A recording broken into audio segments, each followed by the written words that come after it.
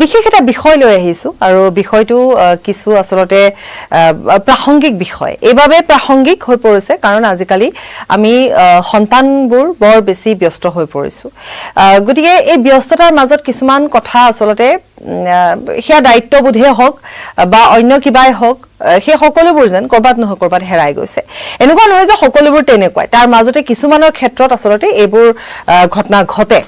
এতিয়া যদি চোৱা যায় তেতিয়া হলে সাধাৰণতে পিতৃ মাতৃ সকলৰ প্ৰতি যেটো কৰ্তব্য যেটো দায়িত্ব আমাৰ থাকে সেই দায়িত্বৰ ক্ষেত্ৰত আমি কেতিয়াবা কৰ্তব্যৰ মেৰপাছত হুমাই পৰি দায়িত্ব আমাৰ কৰবাত নহয় কৰবাত ৰৈ যায় আকৌ কৈছো যে সকলোৰে ক্ষেত্ৰত নহয় কিছু মানৰ ক্ষেত্ৰত এনেকুৱা ধৰণৰ হয় বহুতে চেষ্টাও কৰে যে পিতৃ মাতৃক সংগ দিবলৈ বহুতে একেলগে থাকে জয়েন্ট ফ্যামিলি থাকে হিয়াও দেখিবলৈ পোৱা যায় আৰু এই প্ৰসংগত যদি আমি দেখা পাওঁ যে চৰকাৰখনে আমাৰ অসমৰ কথালে যদি আহো তেতিয়া হলে আমাৰ মুখ্যমন্ত্ৰীয়ে কিন্তু পিতৃ মাতৃ সকলৰ হৈতে অলপ সময় কটাবৰ বাবে আনকি চৰকাৰী কৰ্মচাৰী সকলক এক নিৰ্দেশো দি থোৱা আছে তেওঁলোকক এটা স্পেশাল ছুটিও দিয়া হয় কিন্তু সকলোটো সমান নহয় সকলোটো একেই নহয় সকলোৰে মনবিলাকো বেলেগ আৰু তাৰ মাজতে তেনেকুৱা এটা ঘটনা যেটো ঘটনা আসলতে এক প্ৰকাৰ কবলৈ গলে এটা অত্যন্ত হুকবিবল কৰি তোলা এটা ঘটনা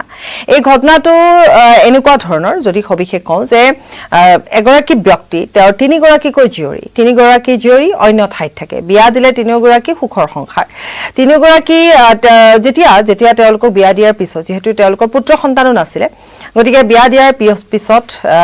স্বামী স্ত্ৰী একেলগে বসবাস কৰিছিল আছিলে ভালকৈ আছিলে তেনেকুৱাতে তেওঁৰ পত্নীৰ মৃত্যু হয় আৰু তেতিয়া তেওঁ বৃদ্ধাশ্ৰমলৈ গুচি যায় কাৰণ এটা কথা থাকে সাধাৰণতে সমাজ এখনত যে জি জুৱাই হৈতেনো কিয় থাকিম গতিকে কিছুমান সমাজ আছে এতিয়াও বা কিছুমান লোক আছে যি এতিয়াও সেই এটা মনৰ ভিতৰত যি ধৰণৰ এটা চিন্তা থাকে সেই চিন্তাৰ পৰা বাহিৰ ওলাব পৰা নাই আৰু হয়ও সকলোকে অশান্তি দিবলৈ বেয়াও লাগে তেনেকুৱা ধৰণৰ ভাৱধাৰা যিহেতু আমাৰ মানুহৰ মাজত আছে আমাৰো আছে গতিকে তেওঁৰো আছিলে সেইভাৱে তেওঁ এটা বৃদ্ধাশ্ৰমত আশ্ৰয় লৈছিল এটা বৃদ্ধাশ্ৰমত তেওঁ ভালকৈ আছিলে তেওঁৰ বয়স হল ৭৫ বছৰ আৰু তেওঁ ৰোগত আক্ৰান্ত হল যেতিয়া তেওঁ ৰোগত আক্ৰান্ত হল তেতিয়া ২০ দিনৰ পূৰ্বে এই বৃদ্ধাশ্ৰমৰ যিসকল কৰ্মকৰ্তা যিসকল স্বত্বাধিকাৰী তেওঁলোকে এই ব্যক্তিগৰাকীৰ ঘৰলৈ অৰ্থাৎ তেওঁলোকৰ জীয়ৰীসকলক ফোন কৰি এই সন্দৰ্ভত জানিবলৈ দিয়ে কিন্তু দুখৰ কথাটো হৈছে যে তেওঁৰ এগৰাকীৰো জীয়ৰীৰ সময় নাই তেওঁলোক আহিব নোৱাৰে তেওঁলোকে অনলাইন যোগে তেওঁলোকে টকা প্ৰেৰণ কৰে অৱশ্যে হেয়া পাছত প্ৰেৰণ কৰে যে তেওঁলোকৰ সময় নাই তেওঁলোকে আহিব নোৱাৰে তেওঁলোকে বৃদ্ধাশ্ৰমৰ কৰ্তৃপক্ষক সেই কথা জনায় এতিয়া তেওঁৰ শুশ্ৰূষা কৰাৰ দায়িত্ব যেহেতু বৃদ্ধাশ্ৰমৰ আছে গতিকে বৃদ্ধাশ্ৰমে তেওঁ শুশ্ৰূষা কৰে আৰু তেওঁক ভাল কৰি তুলিবলৈ চেষ্টা কৰে কিন্তু দুৰ্ভাগ্যবশতঃ লোকজনৰ মৃত্যু হয় আৰু যেতিয়া তেওঁ এই খবৰ তেওঁ পৰিয়ালৰ লোকক দিয়ে তেতিয়া পৰিয়ালৰ লোক অৰ্থাৎ সেই তিনিগৰাকী জীয়ৰী বা জুৱাই তেওঁলোক আহিব নোৱাৰে তেওঁলোকে ৫,১০০ টকা তেওঁলোকে এই বৃদ্ধাশ্ৰমৰ যিসকল কৰ্তৃপক্ষ আছে বা যি স্বত্বাধিকাৰী যিগৰাকীয়ে চাই আছে দায়িত্বত আছে তেওঁৰ একাউণ্টত পে কৰে যাতে তেওঁৰ শেষকৃত্য তেওঁলোকে সম্পন্ন কৰে অৰ্থাৎ পিতৃ শেষকৃত্যত তেওঁলোক আহিব নোৱাৰিলে তেওঁলোকে পিতৃ শেষকৃত্য সম্পন্ন কৰিবৰ বাবে বৃদ্ধাশ্ৰমকে দায়িত্ব দিয়ে আৰু সেই ৫,১০০ টকা দি ধৰ্মীয় ৰীতি নীতি নিয়মৰ মাজেৰে বৃদ্ধাশ্ৰমৰ কৰ্মকৰ্তাসকল আৰু তেওঁৰ স্বত্বাধিকাৰীসকলে তেওঁলোকে মিলি তেওঁৰ শেষকৃত্য সম্পন্ন কৰে ঘটনাটো হৈছে হাৰিয়ানাৰ ঘটনা ৰীতি নীতি অনুসৰি তেওঁৰ শেষকৃত্য সম্পন্ন কৰাৰ উপৰিও পৰিয়ালৰ লোকে আহ্বান কৰে যে তেওঁৰ চকু দান দি থৈ যোৱাৰ কথাটো তেওঁলোকে জনায় গতিকে তেওঁৰ চকু আনকি দান দিয়া হয় গতিকে এই ঘটনাটোৱে আচলতে যথেষ্টখিনি প্ৰতিক্ৰিয়াৰ সৃষ্টি কৰিছে যে হয়তো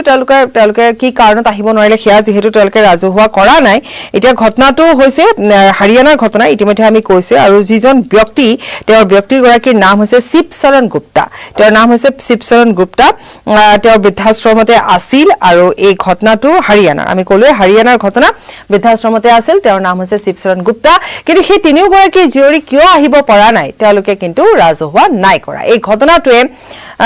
এক প্ৰকাৰ সেই স্থানত বা বৃদ্ধাশ্ৰমৰ লোকসকলে চকু সেমেকাই তুলিছে তাৰ পিছতে যেহেতু এটো চৰ্চিত বিষয় হৈ পৰে বাতৰিত আহে গতিকে বাতৰিত অহাৰ পিছত মিশ্ৰিত প্ৰতিক্ৰিয়া পোৱা যায় বহুতে কয় যে হয়তো তেওঁলোকে এনেকুৱা ঠাইত ব্যস্ত হ'ব পাৰে হয়তো তেওঁলোকৰ স্বামীসকলে আহিব নিদিব পাৰে হয়তো তেওঁলোকে আৰ্থিকভাৱে সচ্ছল নহয় যে পিতৃক তেওঁলোকে চাবহি পাৰে গতিকে বিভিন্ন কথা আহে তাৰ মাজত বিভিন্নজনে এই কথাও কয় যে তেওঁলোকৰ হাততনো ইমানকণ সময় নহলেনে যে বৃদ্ধ পিতৃৰ এটা খবৰ লওঁ গতিকে এই কথাবোৰ এতিয়াও চৰ্চাৰ মাজতে আছে মিশ্ৰিত প্ৰতিক্ৰিয়াৰ মাজতে আছে কথাবোৰ খোলাকে এতিয়াও চৰ্চালৈ অহা নাই হয়তো এনেধৰণৰ সংবাদ মাধ্যমত যেতিয়া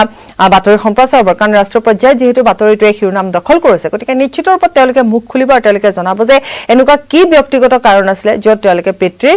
ৰোগত আক্ৰান্ত হৈ থকাৰ সময়তো, তেওঁ ৰোগীয়া হৈ থকাৰ সময়তো তেওঁলোকে খবৰ ল'বলৈ নাহিল, আনকি তেওঁৰ মৃত্যুৰ পিছতো শেষকৃত্য পৰ্যন্ত তেওঁলোকে সম্পন্ন কৰিবলৈ নাহিল। গতিকে এইগৰাকী ব্যক্তিয়ে সেইখিনি সময়ত তেওঁ এটা তেনেকুৱা ধৰণৰ সিদ্ধান্ত যে তেওঁ তিনিগৰাকীকৈ জীয়ৰী, গতিকে তিনিগৰাকীৰ সৈতে তেওঁ নাথাকে, তেওঁ বৃদ্ধাশ্ৰমতে থাকিব, তেওঁৰ পতি নাই যেতিয়া বৃদ্ধাশ্ৰমতে থাকে। এতিয়া আমাৰ সমাজখনতো আচলতে বৃদ্ধাশ্ৰমত আমি দেখিছোঁ যে এতিয়া লাহে লাহে বৃদ্ধাশ্ৰমৰ সংখ্যা বাঢ়িবলৈ আৰম্ভ কৰিছে। কৰ্মসূত্ৰে আমিবিলাক যিহেতু ব্যস্ত হৈ থাকোঁ বা প্ৰত্যেকে ব্যস্ত হৈ থাকে, তাৰ মাজতে বহুতে তেওঁলোকৰ পিতৃ মাতৃ বা তেওঁলোকৰ শহুৰ শাহুৱেকক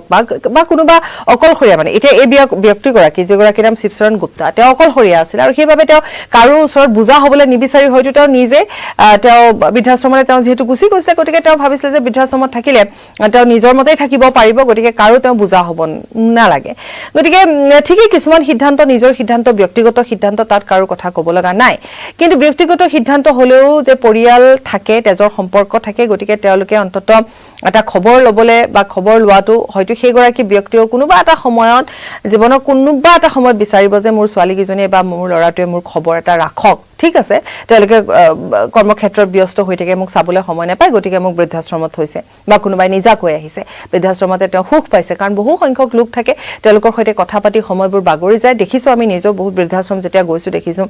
বিভিন্ন খবৰ বাতৰি ল'বলৈ যাওঁতে তেওঁলোক সুখী, তেওঁলোক ভালকৈ থাকে, ধুনীয়াকৈ থাকে, তেওঁলোকে ইজনে সিজনৰ সৈতে কথা পাতে, নিসংগতা তেওঁলোকে দূৰ কৰিবৰ বাবে তেওঁলোক ইয়ালৈ আহে, বহুতে তেনেধৰণেও আহে, ঘৰৰ লোকে পইচা প্ৰেৰণ কৰি থাকে, তেওঁলোকে ইয়াত ভাল পায় আৰু কেতিয়াবা ঘৰলৈ তেওঁলোক যায়। গতিকে এনেকুৱা ধৰণৰ বহুত কথা থাকে, প্ৰত্যেকৰে কথাবোৰ বেলেগ, প্ৰত্যেকৰে কাহিনী বেলেগ। কিন্তু এনেকুৱা এটা সময়ত আচলতে জীৱনৰ শেষ সময়ছোৱাত প্ৰত্যেকগৰাকী ব্যক্তিয়ে বিচাৰিব যে পৰিয়ালৰ কোনো এজন লোক তেওঁৰ ওচৰত থিয় হওক, অন্ততঃ সেই দিনটোত থিয় হওক